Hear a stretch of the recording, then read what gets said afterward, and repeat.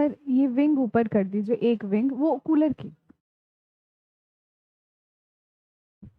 Thank you.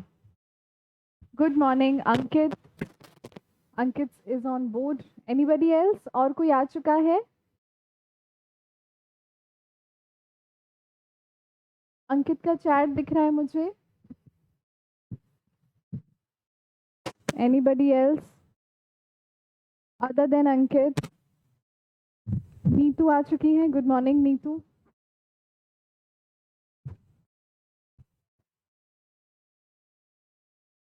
और कौन है अभी? Lovely good morning. अंकित लेकर आए हैं वापस से 5 वर्ड्स। ओके, तो लेट अस सी कौन कौन से वर्ड्स लेकर आए अंकित। कुछ दिन में ये जो माइक है ना मेरा, ये गले तक पहुंच जाएगा, ये इतना ज्यादा बड़ा हो चुका है।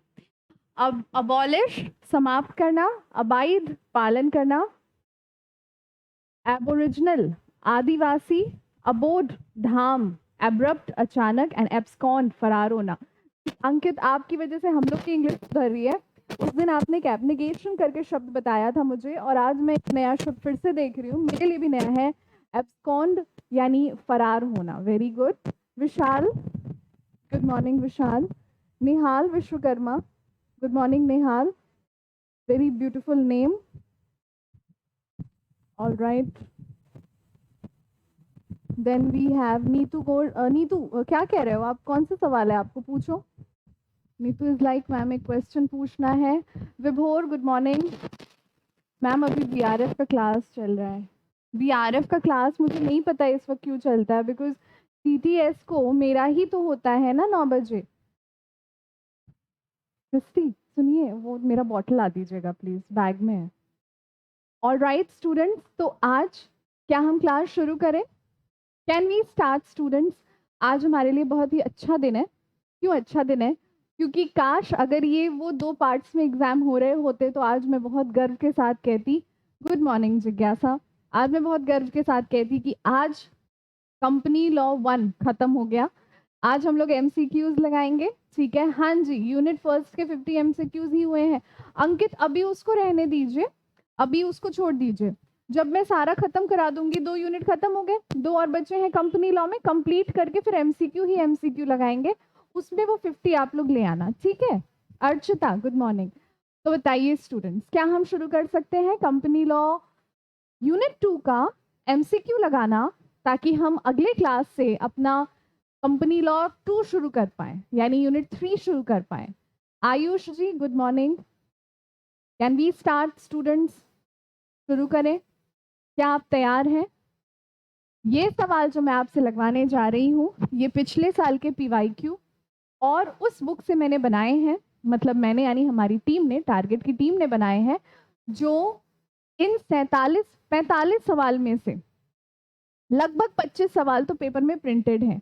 तो बहुत ध्यान से देखिएगा, आंसर करिएगा, इन्वॉल्व रहिएगा, बिकॉज ये सारा कुछ आपके लिए है। Okay, good morning Amrita, good morning Abhishek, good morning Vaishnavi. All right, so Vaishnavi is also yes ma'am. Let's get started. Okay, before that मेरा इंट्रोडक्शन, फॉर्मल इंट्रोडक्शन जो हमारा इंट्रो होता है। So good morning, good afternoon, good evening, good night, जब भी आप ये video देख रहे हैं, this is your educator Sakshi and today we are going to finish unit 2 और company law 1 with the last MCQs, 45 MCQs, all according to the concept जो हमने पिछले लेक्चर्स में किए थे। All right, let's get started.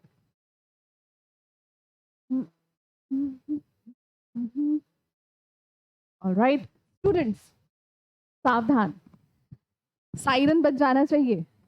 Ma'am sari में अच्छी लगती है। हाँ अमृता, आई नो साड़ी में अच्छी लगती हूँ, मगर अमृता बताती हूँ क्या रीज़न है। एक्चुअली इनकम टैक्स रिटर्न भरने का अंतिम डेट 15 तारीख है। आप सब अपने मॉम डैड जो भी वर्किंग प्रोफेशनल्स हैं आपके घर में, उनको बता दीजिएगा 15 तारीख इनकम टैक्स रिटर्न भरने का अंतिम डेट होता है। तो मैं इधर टारगेट से जाती हूँ कॉलेज, कॉलेज पढ़ाने के बाद मैं जाती हूँ अपने ऑफिस, उधर मुझे ITR भरना भी 15 तारीख तक, तो इस वजह से ज़्यादा मेंटेन नहीं होके रह पा रही हूँ अभी। चलो देखो जल्दी से, share capital of a company means, एक कंपनी में शेयर कैपिटल का क्या मतलब होता है? एक कंपनी में शेयर कैपिटल का क्या मतलब? Thank you sir, thank you thank you thank you. एक कंपनी में शेयर कैपिटल का क्या मतलब होता है स्टूडेंट्स? जल्दी से बताइए। शेयर कैपिटल में हम दोनों इंक्लूड करते हैं, ठीक है। ओ लवली, अमृता ने भी आज कुछ शब्द लाए हैं, वीडल, विजर, tranquility and felicity. Amrita, next, very nice, first of all very good, मगर नेक्स्ट टाइम से जब आप ये लिखिएगा तो इसके मीनिंग के साथ लिखिएगा जैसे अंकित लिखते हैं, ठीक है अमृता। अभी देखो स्टूडेंट्स, मैंने आपको क्या सिखाया है, किसी भी कंपनी के शेयर कैपिटल में हम हर तरह की कैपिटल को इंक्लूड करते हैं। उसके बाद हम जब उसमें आगे बढ़ते हैं तो फिर हम लोग इक्विटी शेयर्स को डिवाइड कर देते हैं, प्रेफरेंस शेयर को डिवाइड कर देते हैं।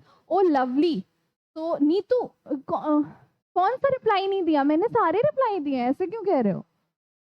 अरे ये क्या, ये देखो 4 वाला हमारा करेक्ट आंसर है स्टूडेंट्स, ठीक है। मतलब when we are talking about share capital, equity and preference both are included, okay. क्या ये क्लियर है? मैंने पढ़ाया था, सबने सही आंसर मार्क किया है, नहीं किया है तो अब से देख लो। And moving on to the next topic, to the next question, question number 2। Students, question number 2 में क्या लिखा है, ध्यान से देखिएगा। रिजर्व कैपिटल का अर्थ क्या होता है? Radhe Radhe ma'am, sorry Radhe Radhe Devansh, good morning, okay.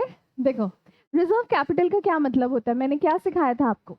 Reserve capital वो कैपिटल होता है, वो शेयर की अमाउंट होती है। देखो मैं कंसेप्ट भी रिवाइज कर रही हूँ तो करते रहना। Priyanka, good morning Priyanka. नहीं देवांश, एक सवाल बस लगवाया है मैंने रिजर्व कैपिटल में क्या बताया था कि स्टूडेंट्स लिसन, एक छोटा सा काम कर दीजिए, वहाँ ऑफिस में शिवम सर से कह दीजिएगा मेरे बैग में बॉटल है ब्लू कलर का, वो ला दीजिए। देखिए रिजर्व कैपिटल शेयर की वो अमाउंट होती है जो हमने मंगाई नहीं है। जैसे जब मैं पढ़ा रही थी आपको, मैंने क्या बोला था, मान लो 100 रुपए है, 100 रुपए हमें मंगाने थे, हमने 100 रुपए नहीं, 100 में से केवल 80 रुपए अगर मंगाए हैं, तो ऐसे केस में हमारी जो 20 रुपए की पूंजी है, 20 रुपए है जो हमने नहीं मंगाए हैं, थैंक यू, जो 20 रुपए हमने नहीं मंगाए हैं वही 20 रुपए हमारे लिए क्या है, रिजर्व कैपिटल है। तो पहला वाला ये ऑप्शन सही है। देखो क्या लिखा है, uncalled capital to be called only at the time of winding up. Winding up के दौरान जो कैपिटल मंगाई जाती है उसी को हम क्या कहते हैं, अनकॉल्ड कैपिटल। नहीं Devansh, it is the first one, याद रखो, वाइंडिंग अप के दौरान बुलाते हैं ना अनकॉल्ड कैपिटल। अनकॉल्ड कैपिटल कब बुलाते हैं, क्या पढ़ाया मैंने, it is called eight the time of winding up. I hope it is very clear students, गलत मत करिएगा। ओके, अंकित का सही आंसर आया है, आगे बढ़ सकते हैं। ये एओए में ही है। नीतू, ये पूरा यूनिट 2 का एमसीक्यू करवा रही हूं मैं। आई होप अगर आपका ये सवाल है कि एमसीक्यू कहाँ से है, तो जो कंपनी लॉ का मैंने यूनिट 2 खत्म करवा दिया है वहां से है ये, राइट। चलिए थर्ड वन, कैपिटल क्लॉज। किसी भी मेमोरेंडम ऑफ एसोसिएशन का कैपिटल क्लॉज किस तरह से अल्टर किया जा सकता है। Good morning Kajal. Memorandum of association का जो कैपिटल क्लॉज होता है वो किसी भी ऑर्डिनरी, बताया था, कुछ इंपॉर्टेंट फैसले होते हैं जिनके लिए कोई क्लास नहीं ना चल रही इधर, तो you can open the door, थोड़ा सा राहत लगेगी। सर ने खोल दिया। देखो ऑर्डिनरी रेजोल्यूशन में ही हम कैपिटल क्लॉज को अल्टर कर लेते हैं, तो इसमें कोई भी इशू नहीं है, ठीक है। So I hope this is good. Capital clause of MOA में be altered by passing an ordinary resolution. आगे बढ़ते हैं। नीतू, आप अपने सवाल को फुल लिखिए, मैं सच में समझ नहीं पा रही आप क्या पूछ रहे हो मुझसे, तो please write down the complete question you have. Reduction, this is very important question, इसको इंपॉर्टेंट मार्क करिए, पेपर में छपा है इस बार ये सवाल। क्या लिखा है देखो, reduction in share capital includes. Share capital में रिडक्शन लाने का क्या मतलब है, शेयर कैपिटल में रिडक्शन लाने का क्या मतलब है, क्या कैपिटल या लाइबिलिटी को कम करना अपने शेयर्स पे। दूसरा ऑप्शन कह रहा है पेड अप कैपिटल को कम करना, और जो एसेट की वैल्यू घट चुकी है उस एसेट की वैल्यू को दिखाना, और अपने कैपिटल का जो एक्सेस पैसा है उसको पे ऑफ करके लाइबिलिटी को खत्म करना। ध्यान से देखो, ये सारी ही चीज रिडक्शन ऑफ शेयर कैपिटल में आते हैं। All of the above is your answer. क्यों all of the above? Reduction of the share capital तब होता है जब कोई संस्था निरंतर लॉसेस इनकर करती है। तो निरंतर लॉसेस इनकर जब वो करती है तो उसको अपनी शेयर कैपिटल वगैरह को कम करना पड़ता है जिससे उसकी लाइबिलिटीज कम हो। संस्था का एक वो स्टेज होता है ना जहां अगर संस्था थोड़ा सा संभल जाए तो शायद वो उस मार्केट में धीरे धीरे सर्वाइव कर जाएगी, अन्यथा वो बंद हो जाएगी। इसको इंटरनल रिकंस्ट्रक्शन और एक्सटर्नल रिकंस्ट्रक्शन में बांटा जाता है। ये मैं पढ़ाऊंगी आपको जब आप 5th सेमेस्टर में जाओगे। फिलहाल इतना समझो कि रिडक्शन इन शेयर कैपिटल में ये सारी चीजें आती हैं। आपको पढ़ाया था मैंने। हाँ जी, अंकित का आंसर आ चुका है, काजल का आंसर आ चुका है, वेरी गुड। चलो आगे बढ़े। 5वां प्रश्न ध्यान से देखिएगा। एक कंपनी जो होती है, company after alteration of share capital must give alteration to the registrar within. जब किसी कंपनी के शेयर कैपिटल में अल्ट्रेशन हो गया है, मैंने आपको कितनी बार बताया, ज्यादातर इसमें हम लोग 30 डेज का ही मार्जिन लेके चलते हैं। और छोटा सा ट्रिक सिखा दिया था कि स्टूडेंट्स मान लीजिए अगर आपको ऐसा सवाल आ गया और आपको आंसर नहीं आ रहा है तो ऊपर वाले का नाम लीजिए और 30 डेज टिक कर दीजिएगा, because most of the time 30 days is the right answer. ठीक है स्टूडेंट्स, क्या आपको क्लियर है? मैं आगे बढ़ूं? Okay very good. काजल का आंसर, नाइस। काजल ने सारे लेक्चर्स लग रहे हैं देख लिए हैं। अगला क्वेश्चन देखिए, राइट शेयर्स या further shares need not to be offered to the existing share holder if. बहुत ध्यान से, बहुत इंपॉर्टेंट सवाल है, इंपॉर्टेंट इधर मैं लिख दे रही हूँ। बच्चे बोलेंगे मैम आज आप लेफ्ट हैंड से क्यों लिख रही हैं? मैं क्लास 5th तक लेफ्ट हैंड से लिखी, फिर जब मेरे नाना जी रिटायर होके आ गए तो लेफ्ट हैंड पे मार मार के उन्होंने मुझे राइट हैंड से लिखना सिखा दिया। This is true, I wrote from left hand, I used to write from left hand. बहुत अच्छी राइटिंग बनती थी तब, मैं कर्सिव लिख पाती थी। अब मैं कर्सिव लिख ही नहीं पाई, उसके बाद से अलग अलग लिखती हूँ। देखो, right shares and further shares need not to be offered to the existing share holder if. हम राइट शेयर्स कब नहीं ऑफर करते हैं? जब ऑर्डिनरी रेजोल्यूशन, बहुत ध्यान से, इंपॉर्टेंट है। चलो मुझे आप लोग भी बताओ कब राइट शेयर्स हम ऑफर नहीं करेंगे, बताओ। देखो, अगर राइट शेयर्स कब हम पहले राइट शेयर्स किसको देखते? सुनो सुनो सुनो, ऑनलाइन वाले स्टूडेंट्स और ऑफलाइन वाले स्टूडेंट्स, मेरी बात सुनिए। Students 3 is not the answer. अगर आप 7 का आंसर 3 दे रहे हो, it's not the answer. Okay, start करें, ध्यान से देखो। राइट शेयर्स या फर्दर शेयर्स हम कब ऑफर नहीं करते हैं एग्जिस्टिंग शेयर होल्डर्स को? जब ऑर्डिनरी रेजोल्यूशन पास होती है जनरल मीटिंग में, स्पेशल रेजोल्यूशन पास होती है जनरल मीटिंग में, स्पेशल रेजोल्यूशन एनसीएलटी। कहीं भी जब मैं राइट इशू पढ़ा रही थी, मैंने कहीं भी एनसीएलटी का नाम नहीं लिया। मैंने क्या बोला था? स्टूडेंट्स, राइट इशू वहां इशू किए जाते हैं जो एग्जिस्टिंग शेयर होल्डर के अधिकारों को हम बढ़ाते हैं, पहले उनको ऑफर करते हैं, जब वो मना कर देते हैं तब हम फिर नए शेयर होल्डर को देते हैं। यही पढ़ाया था मैंने, एनसीएलटी का नाम भी नहीं लिया था और ना मैंने रेजोल्यूशन ऑफ सेंट्रल गवर्नमेंट बोला था। सिंपल सी बात थी कि स्टूडेंट्स अगर स्पेशल रेजोल्यूशन पास हो जाता है तब। ठीक है स्टूडेंट्स, आपके आंसर क्यों गलत आए हैं इसमें? मैंने पढ़ाया है ये आपको रेजोल्यूशंस के दौरान। इसका सही आंसर है 7 का 2, special resolution to be passed in general meeting. देखिए, पढ़ी हुई चीजें इसी तरह से गलत हो जाती हैं, इस वजह से बहुत ध्यान दीजिए। ठीक है, आगे बढ़ते हैं। चलो, further shares may be offered to an outsider. एक बाहरी व्यक्ति को हम कब शेयर ऑफर कर सकते हैं? देखिए, बाहरी व्यक्ति को, good morning Krishna, good morning. बाहरी व्यक्ति को शेयर ऑफर करना किसी भी संस्था के लिए एक अल्ट्रा वायर्स एक्ट होता है। ठीक है, अब अल्ट्रा वायर्स एक्ट बोलने का क्या मतलब है? 1 मिनट, वीडियो लैग कर रहा है। काफी बच्चे जुड़े हैं ना इस वक्त हमारे साथ, अभी ठीक हो जाएगा। ठीक है, एक बाहरी व्यक्ति को शेयर ऑफर करने का क्या मतलब होता है? स्टूडेंट्स, बाहरी व्यक्ति को, क्या कंपनी एग्जिस्टिंग शेयर होल्डर है तो क्या हम किसी एक बाहरी व्यक्ति को शेयर ऑफर कर सकते हैं? The answer is no. मगर यदि वो व्यक्ति कोई बहुत बड़ा इन्वेस्टर है, कोई बहुत बड़ा फाइनेंसर है, जो अगर हमारी कंपनी में पैसे लगा दे, ये मैंने पढ़ाया नहीं है इसलिए पढ़ा रही हूँ क्योंकि ये था नहीं उसमें। ठीक है, तो ध्यान से सुनो। अगर वो व्यक्ति हमारे कंपनी में पैसे लगा दे तो हमारी कंपनी एक बड़ा काम कर सकती है। जनरली हम बात करते हैं जब कोई नया फाइनेंसर हमारी कंपनी में इन्वेस्ट करने को राजी होता है, क्योंकि खुद ही सोचो एक व्यक्ति के लिए शेयर ऑफर करना कितना ऑड साउंड करता है ना। But this is possible only अगर सेंट्रल गवर्नमेंट हमें परमिशन दे दे। मान लो बाहर बिल गेट्स जी हैं, हमारे कंपनी में इन्वेस्ट करना चाहते हैं, शेयर्स खरीदना चाहते हैं, मगर हमारे कंपनी के सारे शेयर्स तो बिक चुके हैं।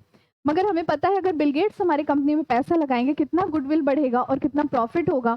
तो ऐसे में अगर सेंट्रल गवर्नमेंट हमको परमिशन दे देती है तो ऐसे बड़े बड़े फाइनेंसर्स के लिए एक एक्सेप्शन बन जाता है। तो सेकंड का, 8th का आंसर सेकंड है। ये कंसेप्ट भी दिमाग में बैठा लीजिए और ये भी बैठा लीजिए, ठीक है। अमृता कह रही मैम सारे सेमेस्टर्स में हमें आपसे ही पढ़ना है। मेरी पूरी कोशिश रहेगी अमृता कि जो सबसे टफ वाले सब्जेक्ट्स हैं मैं वो आपको पढ़ा सकूं और जो मैं पढ़ाऊं वो आपको समझ में आए, ठीक है। स्टूडेंट्स, क्या ये कंसेप्ट क्लियर है? ये इंपॉर्टेंट कंसेप्ट था। चलिए 9वां प्रश्न देखते हैं। Where the company has issued different kinds of shares, right of class shareholders to varied only if। सवाल की भाषा भी कभी कभी स्टूडेंट्स आपको आता हुआ चीज, मतलब आती हुई चीज आप गलत कर दोगे। यहाँ पे सवाल की जो भाषा है वो टफ है, वो कठिन है। तो हिंदी में क्या लिखा है? जहां पर कंपनियों के अलग अलग प्रकार के शेयर जारी किए गए हैं वहां वर्ग शेयर धारक। याद करिए मैंने आपको पढ़ाया है प्रेफरेंस शेयर में redeemable, irredeemable, convertible, non convertible, participating, non participating, ये सारे क्या है? ये अलग अलग क्लास ऑफ शेयर होल्डर्स हैं। तो आप कह रहे हैं कि अधिकार केवल तब परिवर्तित होगा, अधिकार परिवर्तित होने के लिए। अब ये है एक विवादित सवाल, खतरनाक क्वेश्चन है ये। इधर डेंजर लिख लो। डेंजर क्यों लिखा है अभी बताते हैं, क्योंकि जब मैं ऑप्शंस रीड करूंगी तो आप लोग होने वाले बहुत अच्छे से confuse. Written consent of 3/4 of the issued share of the class is obtained. A special resolution at a separate meeting of the holder of the share of the class is passed. मैंने आपको क्या सिखाया है कि students याद करिए, पिछले lecture में भी ये सिखाया था। इसका आंसर अभी मत दो, क्योंकि आंसर दोगे तो पछताओगे। सुनो, इसमें सही आंसर है ही नहीं, एक है ही नहीं, दो हैं, और कहीं ऑप्शन ही नहीं दिया है कि दो सही आंसर है। बात को सुनो, ये जो सवाल लेकर आए हैं ना हम, ये डीडीयू के पेपर में इसी तरह छपा था, मतलब सवाल छापने में गलती हुई थी। तो मैंने सोचा जो गलत सवाल छपा है जरा वो भी मैं लेकर आऊं और आपकी कॉमन सेंस को टेस्ट किया जाए। देखो यहाँ पे मैंने आपको सिखाया था, पिछले क्लास में मैंने बोला था, क्लास के एंड तक बोला था कि students generally annual general meeting में इक्विटी शेयर होल्डर्स ही पार्टिसिपेट करते हैं, मगर यदि किसी अन्य वर्ग के राइट्स, किसी अन्य वर्ग के अधिकार, ऐसा कोई रेजोल्यूशन पास करना है, ऐसा कोई डिसीजन पास करना है कि किसी अन्य वर्ग के अधिकार प्रभावित हो रहे हो, तो ऐसे केस में उस वर्ग को भी बैठाया जाता है। मतलब यदि हम ऐसा रेजोल्यूशन पास करने जा रहे हैं जहां पे प्रेफरेंस शेयर होल्डर के अधिकार प्रभावित हो रहे हो, तो फिर ऐसे केस में क्या करेंगे? प्रेफरेंस को भी बैठाना पड़ेगा। और जो वर्ग प्रभावित हो रहा है उसके 3/4 या 75% या फिर स्पेशल रेजोल्यूशन पास कराना है। ऑप्शन ए और बी दोनों वही बात कह रहा है। ए भी स्पेशल रेजोल्यूशन बोल रहा है, बी भी स्पेशल रेजोल्यूशन बोल रहा है, और दोनों ही आंसर सही हैं। कोई कम सही नहीं है, कोई ज्यादा सही नहीं है। जनरली ऐसे कंफ्यूजिंग सवाल में मैं बोलती हूँ कि स्टूडेंट्स एक सही होगा, एक बहुत सही होगा, सही बहुत सही पे टिक लगाना, but these both are equivalently completely accurate. इधर भी बोला है 3/4 की कंसेंट, और स्पेशल रेजोल्यूशन भी वही होता है। तो यहाँ पे अब मैंने क्या बोला, ये डीडीयू ने पेपर प्रिंट करने में ही गलती की थी। उनको ये जो नन ऑफ द अबव है ना, इसके जगह उनको क्या देना था? Both 1 and 2, both A and B. तो नन ऑफ द अबव दे दिया। तो यानी जिन भी स्टूडेंट्स ने 1 और 2 में से किसी भी ऑप्शन पे टिक किया था उनको नंबर दिया गया था। तो अब आप क्या कर लीजिए, उस गलती को यहाँ सुधार लीजिए, यहाँ लिखिए बोथ ए एंड बी और इसको सही आंसर बना दीजिए, ठीक है।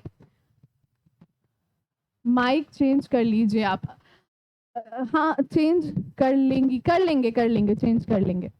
तो कौन सा राइट टिक करेंगे बताया तो अंकित, 4th वाला ऑप्शन सही कर लेना। गुड मॉर्निंग सलोनी, गुड मॉर्निंग स्माइल। ओके चलो 9वां प्रश्न हो गया, अभी बहुत प्रश्न है, मुझे लग रहा है कॉर्पोरेट की क्लास आज कुर्बान करनी पड़ेगी। चलो अगले लेक्चर पे चलते हैं, अगले क्वेश्चन पे चलते हैं। बहुत इंपॉर्टेंट सवाल है, मैं हर जगह सेक्शन नहीं लेके आती हूँ, ये सेक्शन के बेसिस पे सवाल है। कब पूछा गया था? Last year. अमृता यहाँ पे मेरा ही ITR भरने में लग रही, कह रही है आपने JRF क्वालिफाई किया होगा तो आपको तो अलाउंसेस भी मिले होंगे। अमृता मेरी यार इशारों को अगर समझो, राज को राज रहने दो, ठीक है। विभोर मैम मुझे समझ नहीं आ रहा, क्लास करूं या नहीं, मुझे फीवर है। विभोर अगर क्लास नहीं कर पा रहे हो तो आप आराम करो, बाद में रिकॉर्डेड लेक्चर देख लेना, ठीक है। और अगर थोड़ा भी क्लास कर पा रहे हो तो इन्वॉल्व रहो, जिससे आपके अगर कोई भी प्रश्न है यूनिट 2 से रिलेटेड तो आप पूछ सकोगे, ठीक है। देखो सेक्शन 255 कंपनी एक्ट का कह रहा है, this is very very important, ध्यान से देखिए। पहली चीज, जो मेमोरेंडम ऑफ एसोसिएशन में जिनके नाम अंकित किए जाते हैं वो सब्सक्राइबर्स कहलाते हैं। दूसरी चीज, सब्सक्राइबर्स वो व्यक्ति भी होते हैं जिनका रजिस्टर ऑफ मेंबर में नाम होता है। और तीसरी चीज, मेंबर मतलब यहाँ मेंबर की डेफिनेशन दी गई है, और कोई भी बेनिफिशियल ओनर होता है यदि कंपनी की डिपॉजिटरी का, शॉर्ट में बोले तो ट्रांसमिशन का जिक्र किया गया है। तो यहाँ पे हमारे याद करो, जब मैं मेंबरशिप का चैप्टर पढ़ा रही थी पहले लेक्चर में, रटवाया था ये तीनों चीज आपको कि सेक्शन 255 तीन फीचर्स बताता है मेंबर के, यानी कि the answer will be all of the above. ये बहुत बहुत बहुत इंपॉर्टेंट है, ठीक है। क्वेश्चन 10 का 2 है, हाँ 10 का 2 नहीं है, 10 का 4 है, all of the above. Amrita ma'am PhD 3 साल का है या 5 साल का? अमृता मेरी जो पीएचडी हो रही है वो मैनेजमेंट के फील्ड में हो रही है, कॉमर्स नहीं किया मैंने, मैनेजमेंट के फील्ड में किया, क्योंकि आजकल मार्केट में बीबीए एमबीए मैं देख रही हूँ कि एक बहुत ट्रेंड पकड़ा हुआ है। तो मेरी पीएचडी 3.5 साल की है, इसी अक्टूबर नवंबर में मेरी पीएचडी खत्म हो जाएगी। माइक चेंज कर, अच्छा ठीक है, हम माइक चेंज करने को बोलते हैं, ठीक है। All right, all of the above answer है। 11th प्रश्न देखेंगे, any person may become a member, कोई भी व्यक्ति मेंबर कब बन सकता है?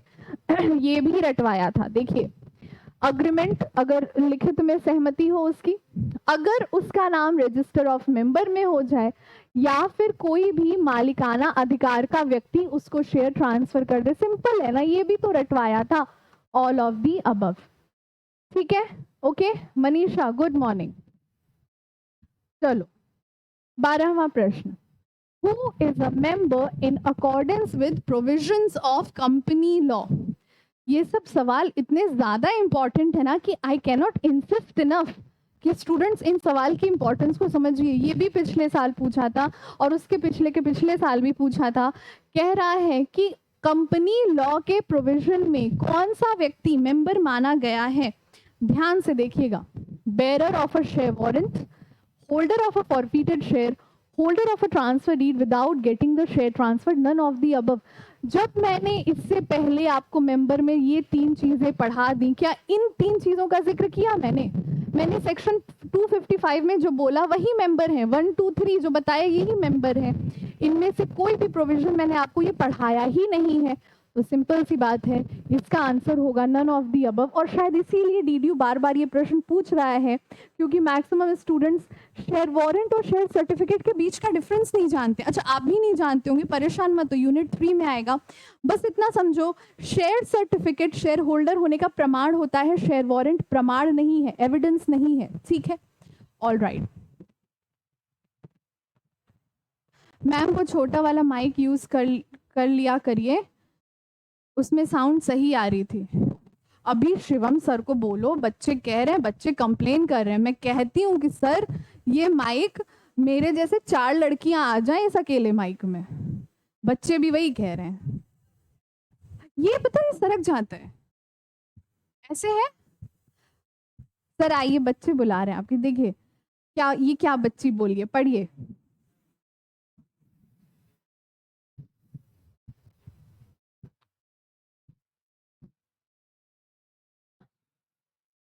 सर मैं क्या बोल रही हूँ, मेरे जैसे 4 लड़कियां आ जाएं इस एक माइक में, ठीक है। क्लास सर बोले हैं, सर ने वादा किया है कि अगले क्लास में होगा, और अगर नहीं होगा तो सर का नंबर मैं दूंगी, उनको व्हाट्सएप कर करके तंग कर देना, ठीक है।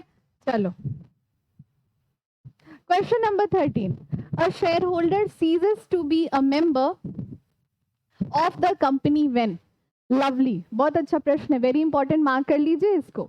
एक जो शेयर होल्डर होता है वो कब कंपनी का मेंबर नहीं रहता है? जब उसके शेयर फॉरफीट जब्त हो गए हो, उसने पेमेंट ना की हो, उसके रुक जा उसके शेयर्स को शेयर वारंट में कन्वर्ट कर दिया गया हो, उसके शेयर सर्टिफिकेट गुम गए हों, या फिर वो बैंकरप्ट हो गया हो।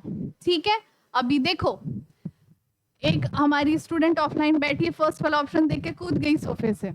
फर्स्ट वाला सही ऑप्शन है, कोई दिक्कत नहीं है, मगर बाकी तीन भी तो समझ लो। देखो, शेयर का शेयर वारंट में कन्वर्ट होना किसी के मालिकाने अधिकार को प्रभावित नहीं करता है। ठीक है, उसके बाद शेयर सर्टिफिकेट का गुम जाना भी प्रभावित नहीं करता है। कितनी बार होता है एग्जाम से पहले बच्चों का एडमिट कार्ड गुम जाता है, कॉलेज वापस से दे देता है। ऐसा तो नहीं है कि अब आप एग्जाम ही नहीं दोगे। और अगर शेयर होल्डर बैंकरप्ट हो गया तो क्या, आज अगर उस व्यक्ति ने छोड़ दिया आपको तो क्या वो आपका पहला प्यार था, तो वो रहेगा ना। तो वही बात है, इधर वो शेयर होल्डर था तो वो शेयर होल्डर रहेगा। देवांश कह रहा है मैम माइक हाथ में लेके, हाँ मैं गाना गाऊंगी इधर ना फिर। चलो 14th question, membership of a company does not cease when. किसी भी कंपनी का मेंबरशिप कब नहीं खत्म होता है, मतलब मेंबर होना कब नहीं खत्म होता है। देखो, मेंबर अगर अपना शेयर को ट्रांसफर कर दे मेंबर अपने शेयर्स को ट्रांसफर कर दे, उसके बाद अगर मेंबर का एक्सीडेंट हो जाए और वो बिना किसी वसीयत के, मतलब बिना किसी लिखित रूप में दिए उसकी मृत्यु हो जाए, यदि कंपनी उसके शेयर को बायबैक कर ले, या फिर उसका कोई नॉमिनी अपॉइंट हो जाए। देखो, ये तीनों ही केसेस में मालिकाना अधिकार प्रभावित होगा। भाई मेंबरशिप का क्या मतलब है, शेयर्स पे आपका मालिकाना अधिकार, तो इन तीनों ही केसेस में मालिकाना अधिकार प्रभावित हो रहा है, मतलब वो मेंबर नहीं रहेगा। मगर इसमें यदि उस व्यक्ति ने, हम शेयर के मालिक होते हुए भी एक नॉमिनी रख सकते हैं। हर कंपनी बोलती है कि आप ये बताओ कि आपका नॉमिनी कौन है। ठीक है, ताकि अगर पर्सन की डेथ हो जाएगा तो उसके बाद वो शेयर के बेनिफिट्स कौन लेगा। तो ये एक नॉर्मल प्रोसीजर है और यही सही आंसर है कि नॉमिनी अपॉइंट कर देने से आपका मालिकाना अधिकार प्रभावित नहीं होता है, यही कहा जा रहा है।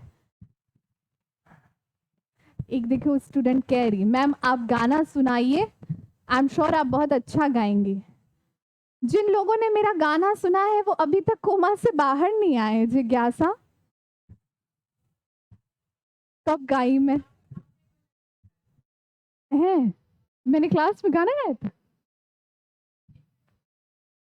अच्छा ठीक है, सम्मान समारोह में तुम सारे स्टूडेंट्स 8 सीजीपीए से ऊपर लाओ, तुम लोगों के लिए मैं गाना गाऊंगी, जितने स्टूडेंट्स मेरे साथ रोज जुड़ते हैं। ठीक है, चलो भाई 15th question, who can not be registered as member. कौन सा व्यक्ति मेंबर के तौर पे रजिस्टर नहीं होगा? बहुत ध्यान से देखना, ये मैंने पढ़ाया था, एक दूसरे वाले स्टूडियो में पढ़ाए थे, फिर कूद गए तुम लोग सोफे से, रुक जाओ। एक company, governor of a state, registered trade union, या फिर माइनर। बताओ भाई बताओ, अब बोलो कौन होगा, बताओ। सवाल आंसर दे रहे थे तुम लोग, बताओ। माइनर। देखो, कंपनी होगी, पढ़ाया था, कंपनी हो सकती है, गवर्नर ऑफ अ स्टेट क्यों नहीं हो सकता है भाई? है तो वो भी एक व्यक्ति ही ना।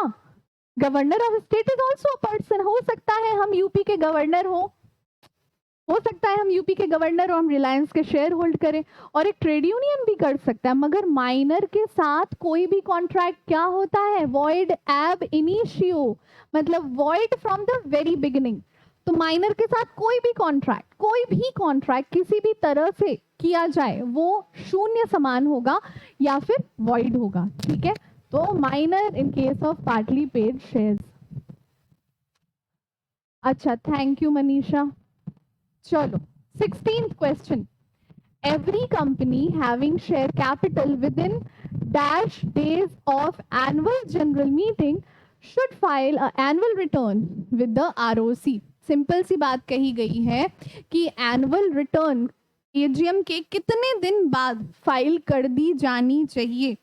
बताइए स्टूडेंट्स, क्या लग रहा है कब फाइल करनी चाहिए?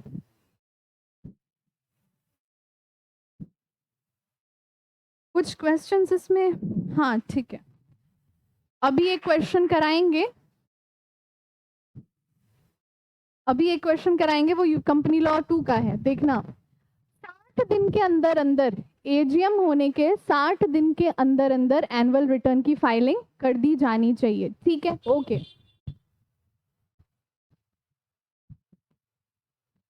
स्टूडेंट्स, वीडियो तो नहीं लैग कर रहा ना? मौसम यहाँ काफी खराब हो गया, नेटवर्क में प्रॉब्लम आएगी तो बताना।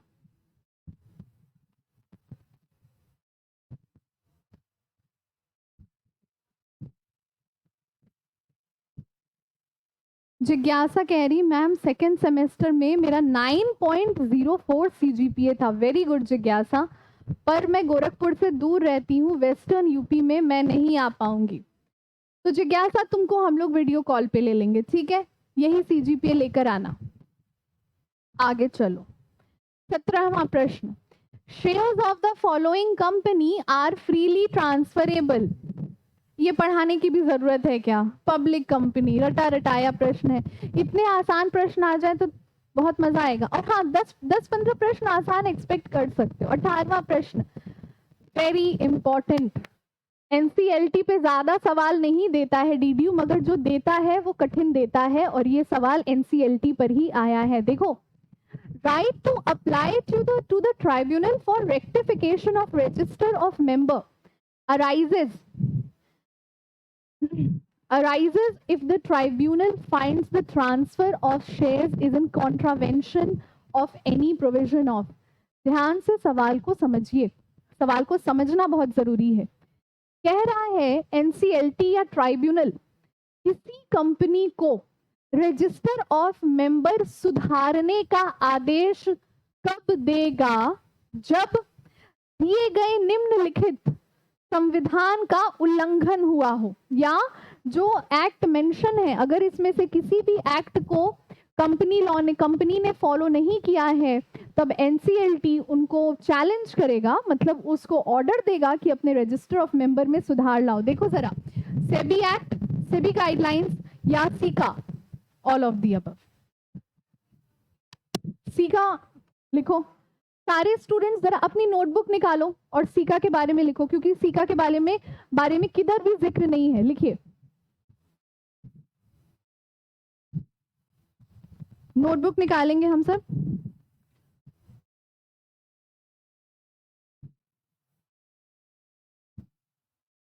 लिखिए, caeca is an institution, caeca is an institution of the, caeca के बारे में डिक्टेट करूं, जल्दी से देखो। Caeca is an institution of sick industries companies act. देखना स्टूडेंट्स, सीका के बारे में लिखवा रही हूं मैं, सिक इंडस्ट्रीज कंपनीज एक्ट। इसके बारे में आप कब पढ़ते हो? देखो एक बार इसके सीका के बारे में, सिक इंडस्ट्री कंपनीज एक्ट, एक लाइन और उसमें बढ़ा लो। द एनसीएलटी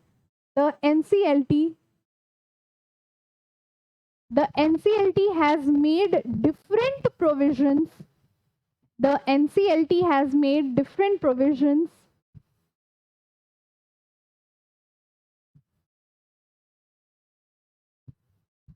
to revive की स्पेलिंग सुनो, REVIVE, to revive the sick industries of India। Caeca की पढ़ाई हम कब करते हैं? अगर आप में से कोई student cost and management accounting की पढ़ाई करेगा, सीएमए बनने के लिए पढ़ाई करेगा, तो सीका की पढ़ाई करोगे, ठीक है? तो आज एक नया एक्ट हमने सीखा, क्या? सीका। बहुत छोटा सा एक्ट है ये, ज्यादा बड़ा नहीं है, इसलिए नहीं सुनते हो ज्यादा। मैम हिंदी के लिए क्या, हिंदी मीडियम के लिए सीका को हिंदी में क्या कहेंगे भाई? जरा गूगल कर लो। ममता जैन, मनीषा ये लिखा है? नहीं पूरा मनीषा, मुझे जेन्युइनली नहीं पता है, I am really sorry, but मैं पता करती हूँ, ठीक है? अमृता, मैम आपके पढ़ाने का टेक्निक बहुत अच्छा लगता है, पढ़ने में इंटरेस्ट आता है, बोरिंग नहीं लगता। Thank you Amrita. मनीषा, अभी बच्चे ढूंढ रहे हैं, बच्चे बताएंगे। चलो भाई बताओ स्टूडेंट्स।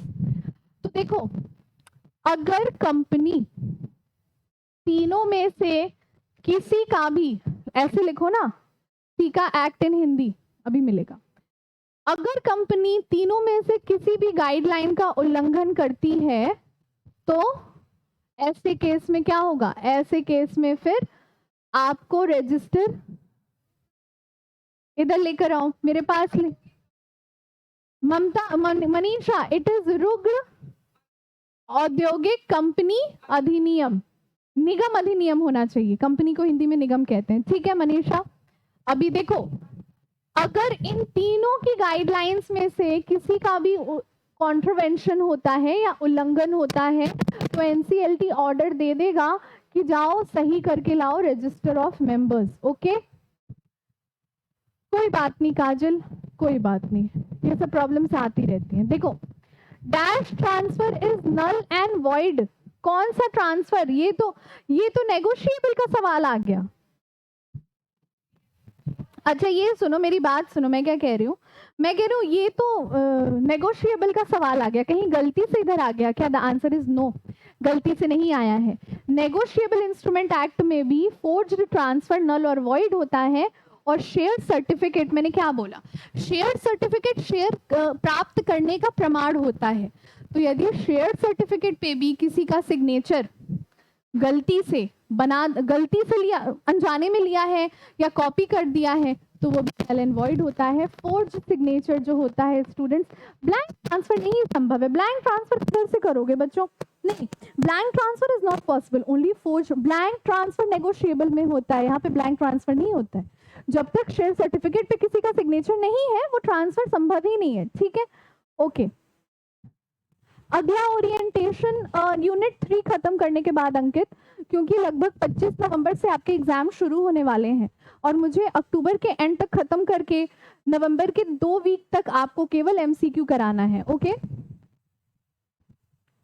कोई बात नहीं काजल, बस आप अपना कंसेप्ट क्लियर रखना। ओके चलो गुड। तीसरा प्रश्न देखिए, dash gets all the liabilities of the original owner, किसके पास ओरिजिनल ओनर की सारी लाइबिलिटीज होती है? ट्रांसफरी के पास। मतलब यदि मैंने अपना शेयर किसी को पैसे लेके ट्रांसफर कर दिया, उस शेयर पे मेरा जितना भी लाइबिलिटी रहेगा, जितना भी दायित्व रहेगा, वो सारा ट्रांसफर हो गया रहेगा। तो यानी transferee gets all the liabilities of the original owner. Okay चलो क्वेश्चन नंबर 21, ये केस स्टडी लेकर आई हूं मैं, और ये मैं नहीं लेकर आई, ये आपका प्यारा सा मासूम सा यूनिवर्सिटी लेकर आए। देखो क्या लिखा है, directors of the X company limited intended to borrow in excess of paid up share capital plus free reserves, the consent is required. क्या लिखा है यहाँ पे? अच्छा पता मैं क्या सोच रही हूँ, क्योंकि पिछले बार भी मैं 50 एमसीक्यू मेरे छूट गए थे, वो अभी तक छूटे हुए हैं। कॉर्पोरेट की क्लास अगर कैंसिल करके मैं 20 मिनट और इधर पढ़ा दूं या आधा घंटा, तो कोई दिक्कत तो नहीं है? कोई दिक्कत तो नहीं है ऑनलाइन स्टूडेंट्स को, ताकि कम से कम ये 45 सवाल मैं जो लाई हूँ वो खत्म हो जाए। कंसेप्ट समझाते समझाते पढ़ रही हूँ, आपकी बातें सुनते सुनते पढ़ रही हूँ, तो थोड़ा समय लग रहा है। तो अगर आप में से किसी को जल्दी नहीं है और आप 20 मिनट 9:45 में मेरी क्लास खत्म होती है, अगर आप लोग मेरे साथ 10:15 10:30 तक बने रह सकते हो तो हम ये पूरा एमसीक्यू खत्म कर देंगे। बताइए भाई स्टूडेंट्स, क्या आप बने रहेंगे मेरे साथ?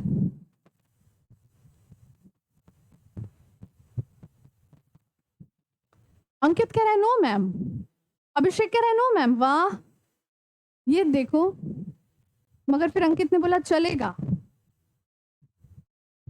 आखिर कहना क्या चाहते हो? मीम था ना ये, मैम किसी एक दिन ओरिएंटेशन, हाँ ठीक है। अंकित कह रहा है पढ़ाइए मैम, देवांश कह रहा है कॉलेज अटेंड नहीं करूंगा, पढ़ाइए। Okay good. मनीषा आपके साथ, हाँ मैं ही पढ़ाऊंगी भाई। ठीक है, तो स्टूडेंट्स बीकॉम 5th सेमेस्टर वालों से माफ़ी मांगना है मुझे, और एक नोटिस पोस्ट करवा देते हैं और हम लोग आज ये ख़त्म करेंगे। चलो पढ़ लेते हैं थोड़ा। विभोर आप ना आराम करो, फीवर है आपको, मैं जान रही हूँ, आप आराम करो, आप नेक्स्ट लेक्चर में मेरे से पूछ लेना। ठीक है, एक स्टूडेंट ने लिखा था कि मेरे बोले इंग्लिश वर्ड्स को वो नोट करती हैं और उसका हिंदी मीनिंग सर्च करती हैं। थैंक यू सो मच, अच्छी बात है, if I am motivating you that much. But उस स्टूडेंट का नाम नहीं याद है, चैट ऊपर चला गया है। चलो हिम्मत बना के रखो, अभी हम लोग का लंबा सफर है, आधा सफर अभी और पूरा करना है। सुनो, director of X company limited ने सोचा, intend to borrow in excess of paid up capital plus free reserves, the consent is required. ये एक केस स्टडी है स्टूडेंट्स, इसमें कहा गया है हमारी जितनी पेड अप कैपिटल है, ध्यान से सुनना, यानी जितना हमारा अपना पूंजी है, हम उससे ज्यादा लोन लेना चाह रहे हैं। क्या ये संभव है? देखो, संभव कुछ भी है। कंपनी की गुडविल कितनी है, अंबानी जी पता नहीं कितने करोड़ के लोन में होंगे, कंपनी उनको तो लोन दे रही है, हमको काहे नहीं दे रही, क्योंकि वो अंबानी है। तो यहाँ पे द आंसर इज, अगर कंपनी के जनरल मीटिंग में, अच्छा पूरी बात नहीं लिखी गई है, स्पेशल रेजोल्यूशन लगेगा। मैंने पूरी बात इसलिए नहीं लिखी क्योंकि डीडीयू ने नहीं लिखा था। जनरल मीटिंग में यदि स्पेशल रेजोल्यूशन पास हो जाता है तो इट इज पॉसिबल। ठीक है, चलो। अमृता ने लिखा था जैसे कि ग्लिच, ऑब्लाइज्ड, नर्ड, ग्रेटिफाइड। हाँ जी अमृता, मुझे याद है ये सब शब्द मैंने यूज किए थे। Thank you so much Amrita. All right, 22वां प्रश्न, temporary loans mean loan repayable of demand within dash from the date of loan. ये रटवाया था, जरा खुद ही बताओ क्या होता है। टेम्पररी लोन यानी वो लोन जो हमारी संस्था लेती है, तो कितने दिन के अंदर अंदर वो रीपेबल और डिमांड होता है, मतलब समझो, बात समझो। Good, 6 month is the right answer. बात समझो, शायद बहुत बच्चों को ये सवाल नहीं समझ में आया होगा। रीपेबल ऑन डिमांड का मतलब होता है कोई ऐसा लोन जो हमने लिया हो और धारक यानी कर्जदार हमारा, वो कब ऐसे लोन की डिमांड कर सकता है, मिनिमम वो 6 महीने के टाइम पे कर सकता है। ठीक है, बस इतनी सी बात थी। ओके मनीषा, काफी हद तक लोन जो है वो गुडविल पर डिपेंड करता है। 23वां प्रश्न, ध्यान से देखिए, ये सारे प्रश्न डिपॉजिट्स वाले सेक्शन से हैं और डिपॉजिटरी एक्ट, सर कॉर्पोरेट की क्लास मुझे लग नहीं रहा आज हो पाएगी, ताकि मैं एमसीक्यूज खत्म करा दूं। ठीक है, तो सर बीकॉम 5th सेमेस्टर में नोटिस डाल दीजिए। देखिए, अ कंपनी में accept deposits from share holders और others up to -% the aggregate is paid up, is very important, mark करो। ये 3 साल से सीबीसीएस आया है, ये तीनों बार में पूछा है कि हमारा जो डिपॉजिट, जो कंपनी डिपॉजिट एक्सेप्ट कर सकती है, वो डिपॉजिट कितने प्रतिशत होना चाहिए? 25%, 25% या 25%। मतलब ये कि हमारे जो टोटल डिपॉजिट्स होंगे वो 25% तक रहेंगे। क्या ये बात क्लियर है? ये बहुत, ये पता नहीं क्यों हर साल पूछता है, every year they are asking the question. और इन्हीं क्वेश्चन की वजह से हमारे स्टूडेंट्स को क्या लगने लगता है कि पेपर टफ था। आप मेरे से पढ़ के जा रहे हो, आपको कंपनी लॉ से आसान ABCD भी नहीं लगना चाहिए। This has to be the easiest thing on this earth. Okay चलो, 24वां प्रश्न, नो कंपनी विथ, ये देखो ये क्वेश्चन के लेवल बढ़ रहे हैं। अभी हम शुरू में जो लगाए थे 1 2 3 4, अब लेवल देखो। No company with a net owned fund, net owned fund को एक और शब्द कहते हैं और वो है नेट वर्थ। किसी कंपनी का नेट ओन्ड फंड कितने करोड़ से कम ना हो। अगर हम, फिर कूद गए बच्चे सोफे से, सुनो तो, अगर हमें अपने कंपनी में डिपॉजिट्स मंगाने हैं पब्लिक से, मतलब पब्लिक से लोन लेना है, वो डिवेंचर के फॉर्म में भी नहीं है, वो शेयर के फॉर्म में भी नहीं है, हमें पब्लिक से लोन लेना है, तो कितना प्रतिशत कम से कम हमारा नेट ओन्ड फंड होना चाहिए? अगर कंपनी को पब्लिक से लोन लेना है स्टूडेंट्स, तो 1 crore. 1 crore. Company act 2019 rule लाया है और 2019 रूल ने इसको, क्योंकि हमारे देश में देखो ना इतने स्टार्ट शुरू हो गए पहले। अच्छा 5 करोड़, मुझे लग रहा है आपको थोड़ा सा पुराना सेक्शन याद है, 2013 में भी 5 करोड़ नहीं था, 2013 में 10 करोड़ था, 1956 वाले कानून में 5 करोड़ था। बात समझ में आया? तो यहाँ पे no company with a net own fund, हाँ भाई, no company with a net own fund मतलब कम से कम आपका ओन फंड 1 करोड़ होना चाहिए अपनी संपत्ति, तभी आप पब्लिक से डिपॉजिट मंगा सकते हो। काजल का आंसर सही आया है। मनीषा, नहीं मनीषा, 1 करोड़ आंसर होगा, 5 करोड़ नहीं है। अभी एक स्टूडेंट ने भी इधर 5 करोड़ बोला, वो पुराना तुम लोगों को याद है। A deposit shall not be accepted if it is repayable after. अगर कोई डिपॉजिट कितने समय के बाद अगर रीपेबल है तो उसको एक्सेप्ट नहीं किया जाना चाहिए, बताइए। 36 मंथ्स। शायद मैंने आप ही को पिछले लेक्चर में इनकम टैक्स और अकाउंटिंग नहीं कॉर्पोरेट में बताया था। 36 मंथ हम लोग अकाउंटिंग और कंपनी के लिए नहीं लेते हैं। देखो 36 मंथ मैंने कहीं भी नहीं पढ़ाए हैं, तो 36 मंथ यानी 3 साल। अगर कोई लोन 3 साल के बाद रिपेबल है तो उसको कंसीडरेशन में नहीं लिया जाना चाहिए, ठीक है। चलो अगला प्रश्न, 26वां प्रश्न। A deposit shall not be, वापस से वही आ गया 36 मंथ, ठीक है।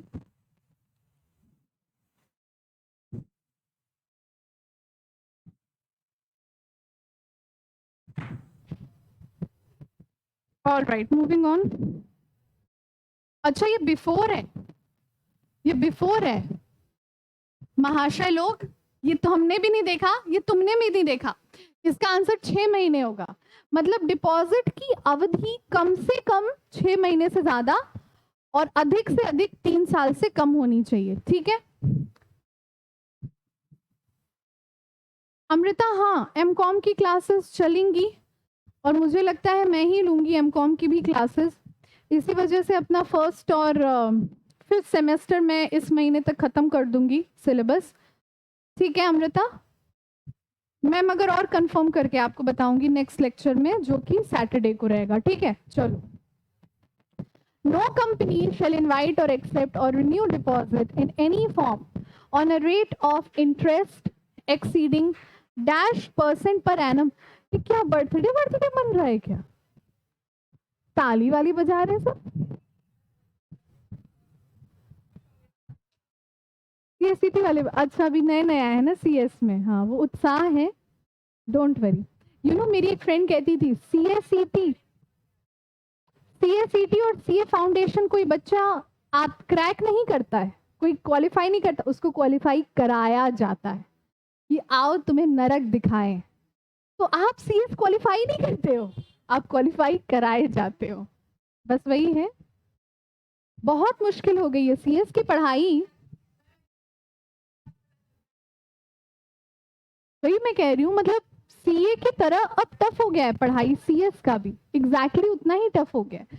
बल्कि सीएमए इज गुड, सीएमए अभी भी आसान है क्योंकि अभी नया नया है ना, जब बच्चे भर जाएंगे उसमें। सीएमए में स्टार्ट नहीं, सॉरी मैम मैंने भी नहीं देखा था, कोई बात नहीं काजल। चलो, नो कंपनी शेल इनवाइट और एक्सेप्ट और renew deposit in any form on a rate of interest exceeding -%। Important mark करो, वेरी इंपॉर्टेंट। ये बड़ा बदतमीज है यार। कौन सी कंपनी डिपॉजिट नहीं एक्सेप्ट कर सकती है यदि उसके जो डिपॉजिट्स हो रेट ऑफ इंटरेस्ट हो -% पर एनम से अधिक हो? बताओ भाई। 12.5%।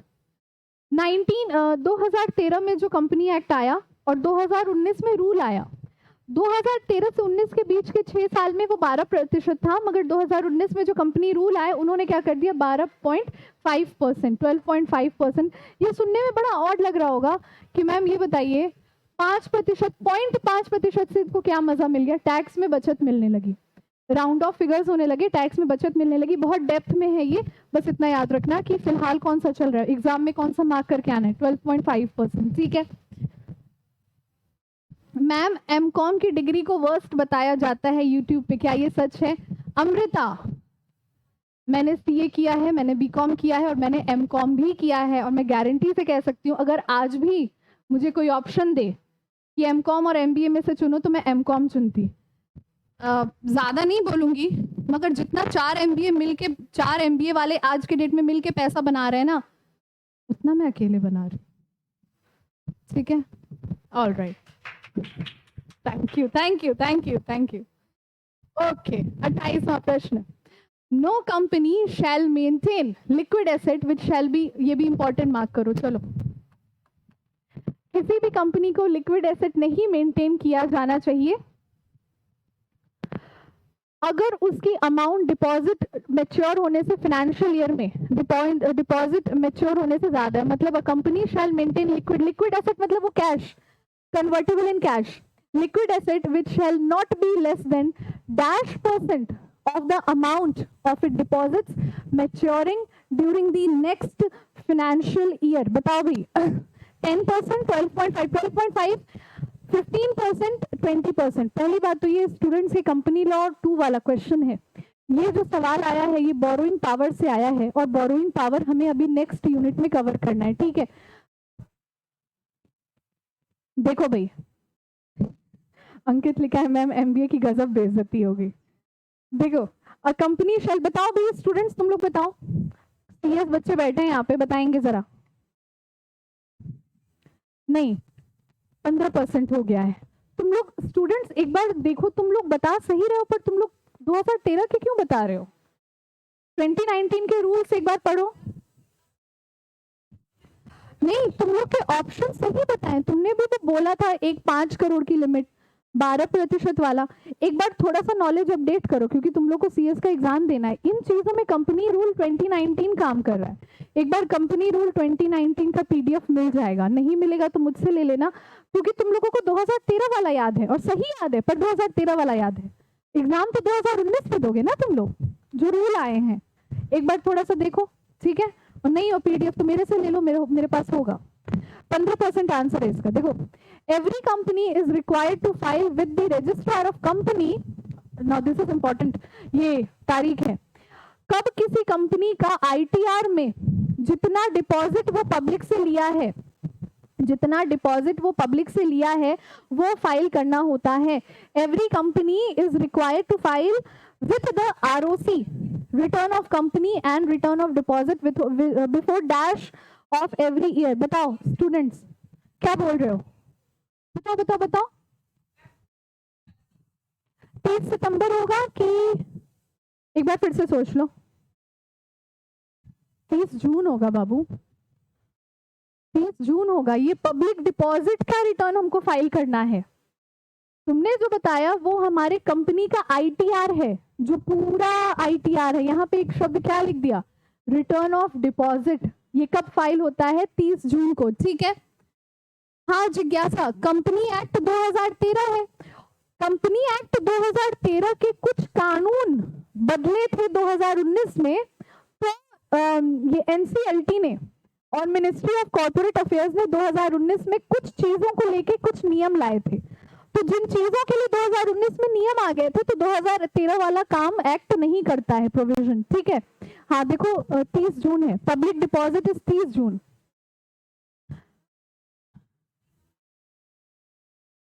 तो 19 करो, फिर देखो एक बार सिलेबस लेटेस्ट है।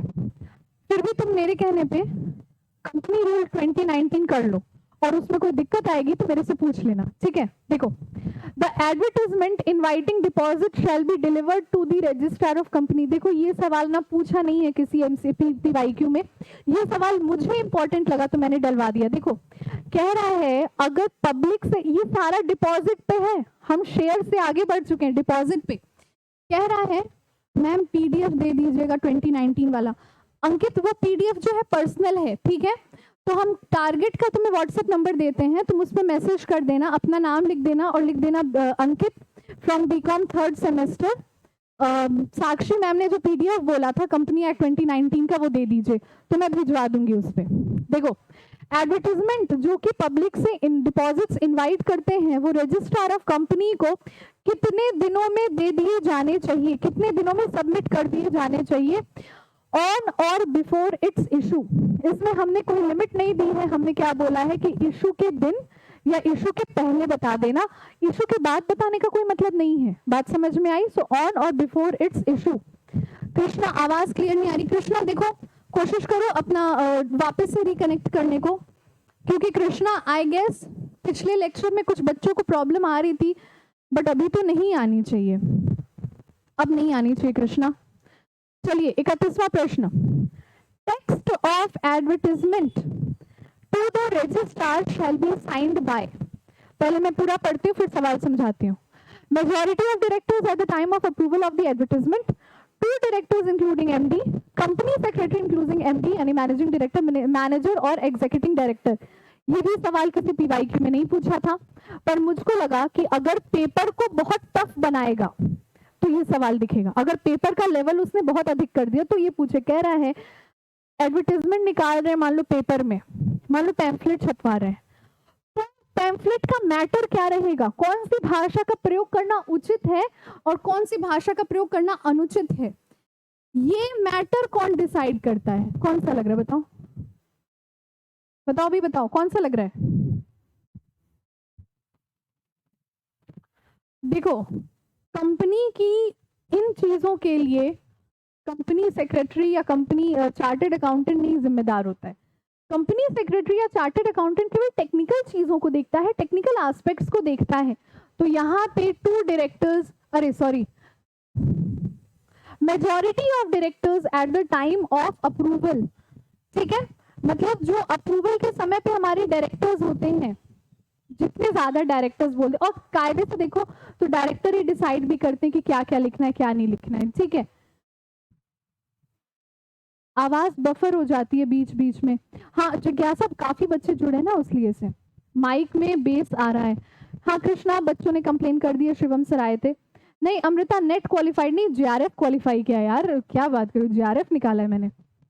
मैम आपने बीकॉम एमकॉम डीडीयू से किया है? हाँ जी, मेरा बीकॉम एमकॉम डीडीयू से था और एमकॉम में मैं गोल्ड मेडल लाई थी अकाउंटिंग में। अकाउंट्स मेरा काफी अच्छा था, 100 में 92 मार्क्स थे मेरे, तो मुझे एमकॉम में गोल्ड मेडल मिला था, ठीक है। चलो 2020 की बात है ये, जब पूरी दुनिया कोरोना से खांस रही थी, मैं गोल्ड मेडल ला रही थी। वाह क्या इंस्पिरेशन। अरे बस करो यार, जाने दो, वो बच्चों को लेके कंपटीशन में ताली बजा, हाँ जैसे हम लोग सोच रहे हैं ना, गुड। चलो हाँ जी, 32वां प्रश्न, अ स्मॉल डिपॉजिटर मीन्स, आओ देखें, small depositor means a deposit holder who has, ये था, ये प्रश्न था, इसको इंपॉर्टेंट मार्क करो, पिछले के पिछले साल था। छोटा डिपॉजिटर कौन होता है जिसकी रकम कम से कम कितनी हो, 20,000। स्टूडेंट्स 20,000, ओके चलो 20,000 इज द राइट आंसर। आगे बढ़े, बस अब हम लोग खत्म करने वाले हैं। Which kind of debenture company can not issue, याद करो इंडिया में कौन से नहीं इशू होते हैं, इरिडीमेबल। इंडिया, बाहर देशों में होते हैं, इंडिया में नहीं होते हैं, बहुत आसान है, ओके चलो भाई। ऑल राइट, हाँ अंकित ठीक है, क्लास खत्म होने से पहले व्हाट्सएप नंबर दे देते हैं अभी। अगला देखो, debenture holders are dash of the company, debenture holder की बात की गई है, ये थोड़ा सा सावधानी से देखना, तीसरा और चौथा। क्रेडिटर्स होल्डिंग फिक्स चार्ज या फिर क्रेडिटर्स होल्डिंग फ्लोटिंग चार्ज, बताओ भाई, बताओ बताओ। फ्लोटिंग चार्ज ज्यादातर होता है, ऐसा नहीं है कि फिक्स चार्ज नहीं होता है। और कायदे से बोले ना तो सही और बहुत सही में से चुनना है, इंडिया में ज्यादा कौन सा होता है, फ्लोटिंग चार्ज होता है, तो डी वाला मार्क करो, ओके। कृष्णा, टोटल 45 क्वेश्चंस हैं। डिबेंचर होल्डर होल्डिंग फ्लोट, मैं क्या कह रही हूँ, फिक्स चार्ज भी गलत नहीं है, मगर हमारी रेलिवेंट क्या है, फ्लोटिंग चार्ज। ऑल राइट चलो, 35वां प्रश्न, debenture holder has a right to attend only, debenture holder has a right to attend only, केवल क्या अटेंड कर सकते हैं debenture holder, general meeting, board of director meeting, meeting of debenture holder only, none of the above. कुछ समझ में आ रहा है? एक चीज मैंने आपसे बोली थी, बताओ क्या बात बोली थी मैंने, जब उनके राइट प्रभावित होंगे तभी वो मीटिंग में बैठेंगे, तो क्या बोला है, हाँ अगर डिबेंचर होल्डर की कोई मीटिंग हो रही है तो मतलब है कुछ ऐसा कंपनी को करना है जिसमें राइट प्रभावित होने हैं, ठीक है, तो उनको बैठाया जाएगा। जितने भी स्टूडेंट्स को पीवाई की चाहिए अभिषेक, हम लोग सारा वही व्हाट्सएप नंबर मैं बताऊंगी, आप उसी पे मैसेज कर देना, ओके चलो भाई। 36, अब बस 9 प्रश्न बचे हैं, ठीक है, उम्मीद का दामन थामे रखिएगा। Issue of debenture trust deed for every company is, issue of debenture trust deed for every company is mandatory. अब ये हर वो कंपनी जो डिबेंचर इशू कर रही है, वो कितने डिबेंचर इशू की है, इस चीज का प्रमाण किस पे होता है, डिबेंचर ट्रस्ट डीड पे। हाँ बिल्कुल जिज्ञासा, अगर इक्विटी शेयर होल्डर नहीं है तो एजीएम में बैठने की कोई जरूरत नहीं है, उसी मीटिंग में बैठेंगे जिसमें उनके राइट प्रभावित हो रहे हैं। ओके चलो 37वां प्रश्न, debenture trust deed must be created within dash months of the closure. तीन नहीं रुको, within dash month of the closure, जो डिबेंचर ट्रस्ट डीड है वो कब तक, कितना समय होता है उसमें इश्यू करने का? स्टूडेंट्स 3 महीने के अंदर अंदर, यानी डिबेंचर का जब हम इन्विटेशन निकाले हैं उस इन्विटेशन को 3 महीने का समय दिया जाता है डिबेंचर होल्डर को आने के लिए। ठीक है चलो ओके 37 का 3, 8 सवाल और हैं स्टूडेंट्स, धैर्य बनाए रखिए।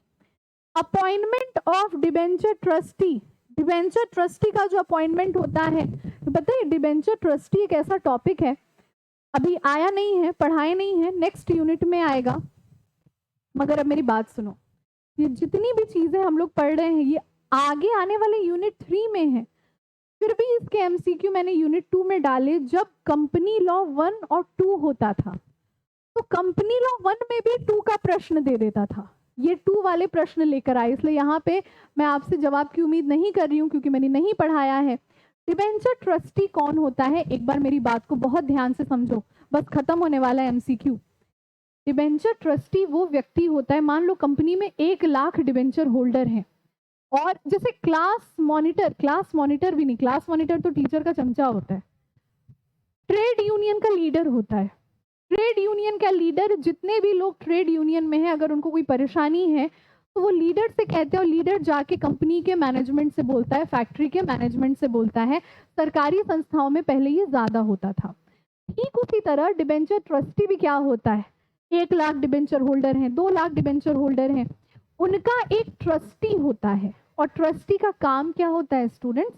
ट्रस्टी का काम होता है जो डिबेंचर होल्डर हैं उनको अगर कोई समस्या है तो वो कंपनी तक ले जाकर पहुंचाना। ठीक है चलो third question number 39, who can be a debenture trustee in case of a listed company?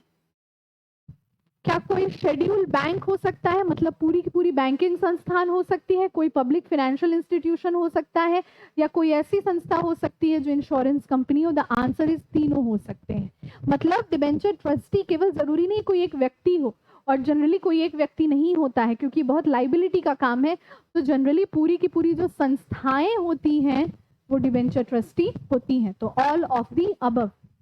All right, question number 40, 40वां प्रश्न, 5 सवाल बस और हैं। क्या लिखा है? The particulars of the registrable charge must be filed with the registrar within dash days. एक registrar के साथ कितने दिन में फाइल कर दी जानी चाहिए? 30 दिन के अंदर अंदर, 30 डेज। तो यहाँ पे हमारा आंसर क्या है? 30 इज द आंसर। ओके आगे देखो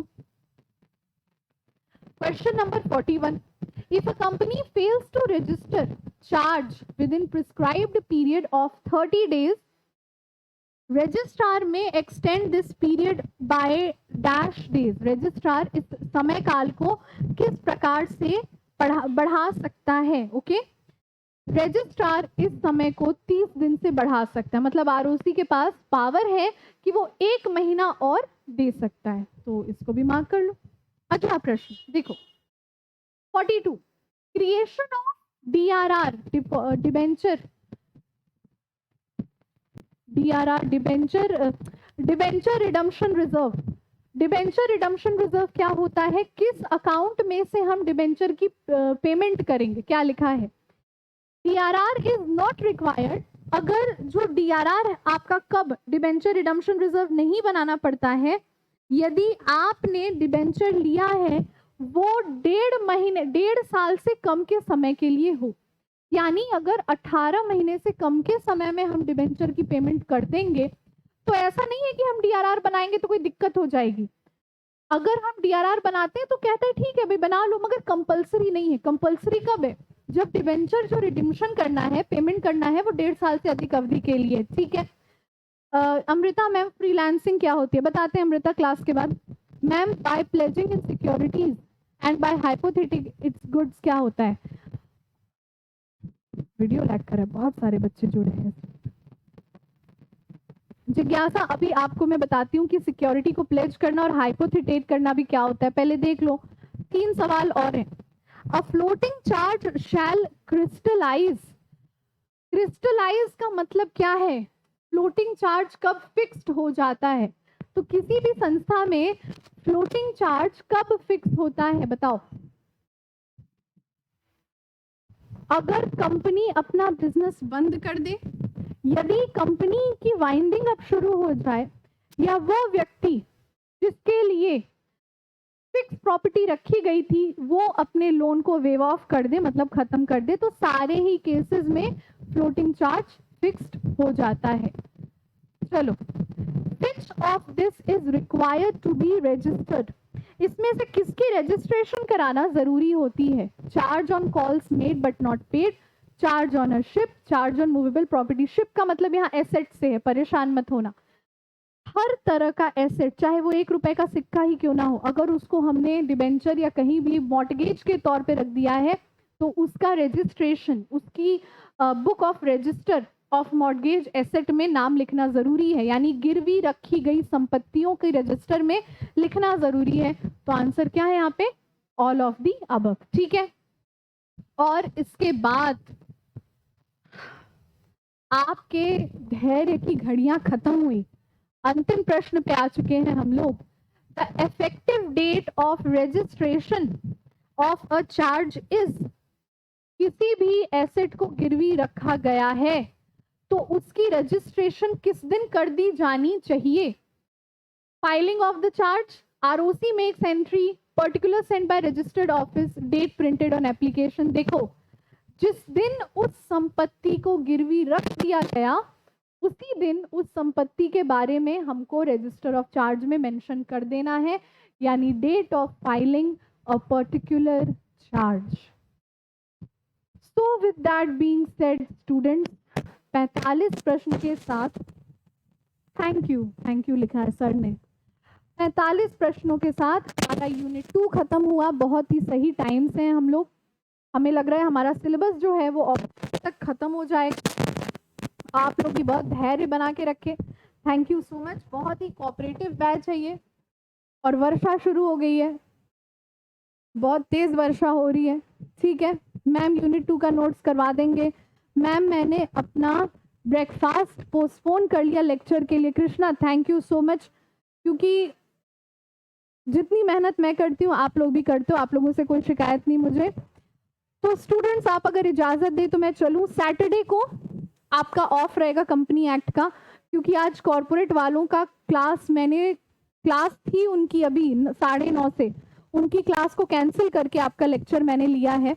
तो कॉरपोरेट वालों को मुझे, मतलब बीकॉम 5th सेमेस्टर वालों को अधिक पढ़ाना पड़ेगा सैटरडे को।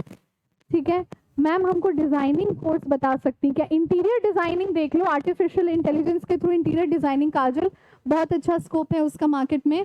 तो सैटरडे को नहीं, अब मैं आपसे मिलूंगी सीधे थर्सडे को, अगले ट्यूसडे को भी नहीं, क्योंकि ट्यूसडे को मैं गोरखपुर से बाहर जा रही हूँ, मेरी एक कॉन्फ्रेंस है। तो मंडे ट्यूसडे वेंसडे मैं छुट्टी पे रहने वाली हूँ। फ्रीलांसिंग का मतलब होता है, अमृता आपके पास कोई टैलेंट है तो बैठ के काम नहीं कर रहे हो, आप उस टैलेंट के बेसिस पे अलग अलग कंपनियों में वो काम कर रहे हो। जैसे मान लो इंटीरियर डिजाइनिंग का काम मुझे आता है, तो मैंने 2-3 कंपनियां पकड़ ली, उनको मैं प्रोजेक्ट करके दे रही हूँ, पर प्रोजेक्ट के हिसाब से मैं पैसा उठा रही हूँ। मैम नोट्स और एमसीक्यू करा देंगे। मैम मेरा डाउट सैटरडे को कंसिडर कर लीजिएगा। जिज्ञासा, सैटरडे को मैं कॉर्पोरेट वालों की लूंगी क्लास ना, आज उनकी क्लास कैंसिल की थी, वो बच्चे बौखला जाएंगे। और ट्यूसडे को मैं छुट्टी पे रहूंगी, तो हम लोग थर्सडे को मिलेंगे जब मैं यूनिट 3 शुरू करूंगी, तो तुम्हारे क्वेश्चंस ले लूंगी।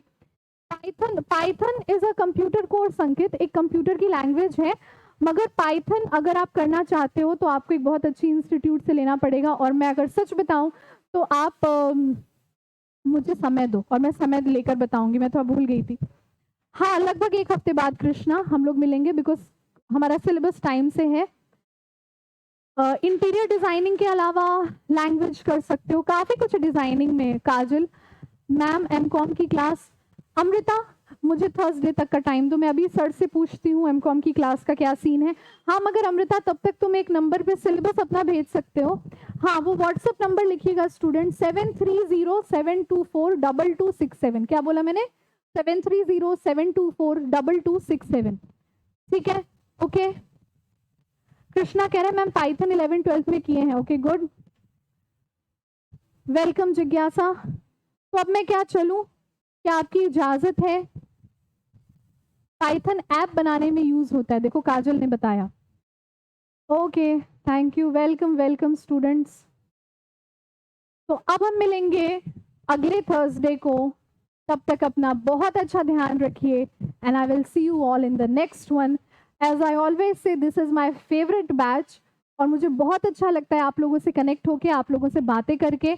तो 2 यूनिट खत्म हो गए, एमसीक्यूज खत्म हो गए, मेहनत करिए, रिवीजन करिए। अगले थर्सडे से यूनिट 3 शुरू करूंगी, इसी समय ज्वाइन हो जाइएगा। Thank you all, thank you so much. Welcome Kajal, welcome Abhishek, जिज्ञासा, कृष्णा, अंकित, जितने भी बच्चे जुड़े हैं मेरे साथ। You are all very good, you are all awesome, lovely people. Goodbye everyone, take care.